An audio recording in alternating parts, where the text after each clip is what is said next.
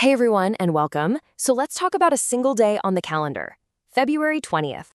I mean, it's easy to just glance at a date and think, okay, it's the 20th. But what if I told you that this one day, this single day, ties together a woman who completely broke the mold in the 1700s, a couple of brilliant minds who survived war and persecution, and a modern genius who literally discovered new worlds in geometry? Pretty wild, right? Yeah, it's not just another day. Not when it comes to the history of math, anyway. On this day, mathematicians were born and some passed away. And their stories, wow, they are anything but ordinary. We've got trailblazers, survivors, dedicated quiet scholars, and modern geniuses. So let's dive in and meet them. All right, first up, we're heading to Bologna, Italy. Let's travel way back to the 1700s to meet an incredible woman named Laura Bassi. And when I say she challenged the academic world, I mean she turned it completely on its head. Yup, the very first woman in the world to be appointed to a university chair in physics. You have to remember, this was a time when universities were completely male-dominated. So for her to do this, it wasn't just a small step, it was a total game changer, a seismic shift. And the respect she got, it was just staggering. I mean, listen to this quote. This isn't from some random colleague. This is Voltaire, one of the biggest thinkers of the entire Enlightenment. And he's basically saying, forget London, even with Newton, I'd rather be in Bologna with Bassi. That's just an unbelievable level of respect. It tells you everything you need to know. But, her path was a constant fight. The university at first would only let her give lectures on special occasions. So what did she do? Did she give up? No way. She turned her own home into a classroom and a lab. And guess what? Her lectures became insanely popular. She had to fight for decades to get her due, finally getting that full professorship just a year before she passed away on this very day in 1778. Okay, let's take a huge leap forward now. We're jumping nearly 200 years into a totally different world. We're leaving the elegant halls of the Enlightenment and landing right in the middle of the chaos of the 20th century, a time and place where just doing math could literally be a matter of life and death. So, meet Boris Trakhtenbrot. He was born on this day back in 1921, and his life was just one crisis after another. The moment he graduates high school, boom, World War II kicks off. He's forced to flee his home as a refugee during the Nazi invasion. And then, when he finally makes it back, he gets tangled up in the paranoia of Stalin's Russia. Just relentless. And get this, a colleague of his actually accused him with this line. His work, his brilliant abstract work in mathematical logic, was labeled a political crime. It's just so chilling, right? It really shows you how regimes like that see abstract thought. If they can't control it, if they can't use it for their own ideology, then it's a threat. Just try to imagine that. Your life's passion, your research, being turned into a weapon to be used against you. And the toll this took on him was huge. Trakhtenbrot himself said that for 2 years, all that stress, that constant fear, it just wrecked his health. He couldn't do any research. He was just stuck in what he called a senseless fight with windmills. It's a powerful reminder that the search for knowledge isn't always this peaceful, noble thing. Sometimes it's a battle. And Trakhtenbrot's story of upheaval wasn't unique. Let's look at Madan Lal Puri, born on this day in 1929. He was just a student when the partition of India happened. His family had to flee their home, becoming refugees in one of the most violent mass migrations in human history. So for him, his early life wasn't about quiet libraries and study sessions. It was about pure survival. So you have these two worlds, right? On one hand, for people like Trakhtenbrot and Puri, math was this lifeline they held onto through all the chaos. It was part of their fight to survive.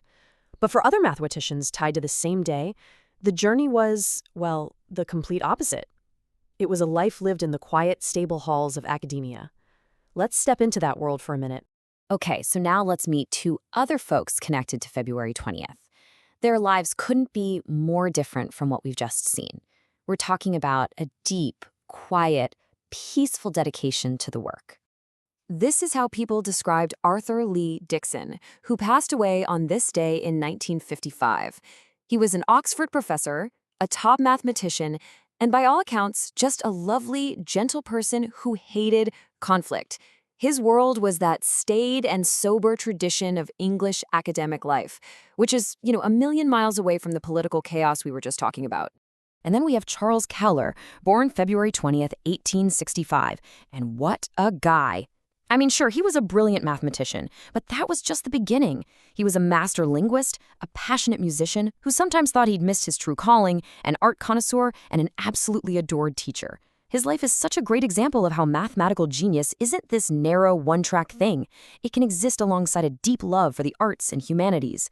All right, for our last story, we get to talk about a living legend. Born on February 20th, 1931, let's talk about John Milnor, truly one of the greatest mathematical minds of our time. So to give you a taste of his work, let me ask you a kind of mind-bending question. Picture sphere, like a ball. Easy enough. Now, try to picture a sphere in 7 dimensions. I know, but stick with me. The question is, how many fundamentally different, smooth ways are there to structure that 7D sphere? It sounds impossible, right? And your gut instinct, my gut instinct, everyone's gut instinct would be to say, 1. It's a sphere. There's only one way to make a sphere. Nope. The answer is 28. 28. It's completely bonkers, totally counterintuitive, and it was John Milnor who proved it. And when he did, it sent shockwaves through the entire mathematical community. And look, this wasn't just some clever party trick or solving a weird puzzle.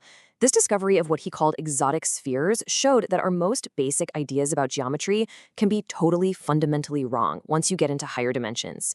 This discovery literally created a whole new field of math called differential topology. It completely changed the game for how mathematicians think about shape and space.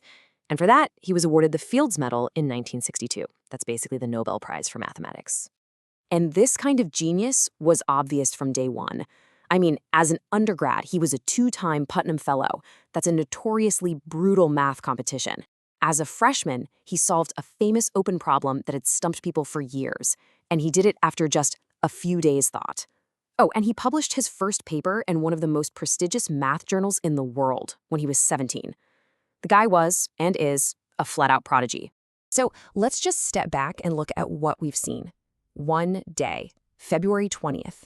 And it connects a trailblazer who smashed through gender barriers, survivors who clung to their work in the face of absolute terror, quiet scholars who just devoted their entire lives to their craft, and a modern genius who completely rewrote our understanding of space. It's incredible, all connected by a single tick on the calendar. I think the biggest takeaway here is that the word mathematician doesn't mean just one thing. It's not one type of person. Today alone, on this one day, we've met the trailblazer, the survivors, the quiet scholars, the modern genius. It's a whole universe of different kinds of people. And we didn't even get to talk about other huge names connected to this day, like Ludwig Boltzmann or Mathematicians Lurch.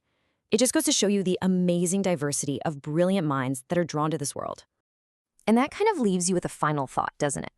If all this genius, all this drama, all this dedication can be found hiding in a single random day, what other incredible stories are out there, hidden in plain sight, on every other day of the calendar, just waiting for us to find them?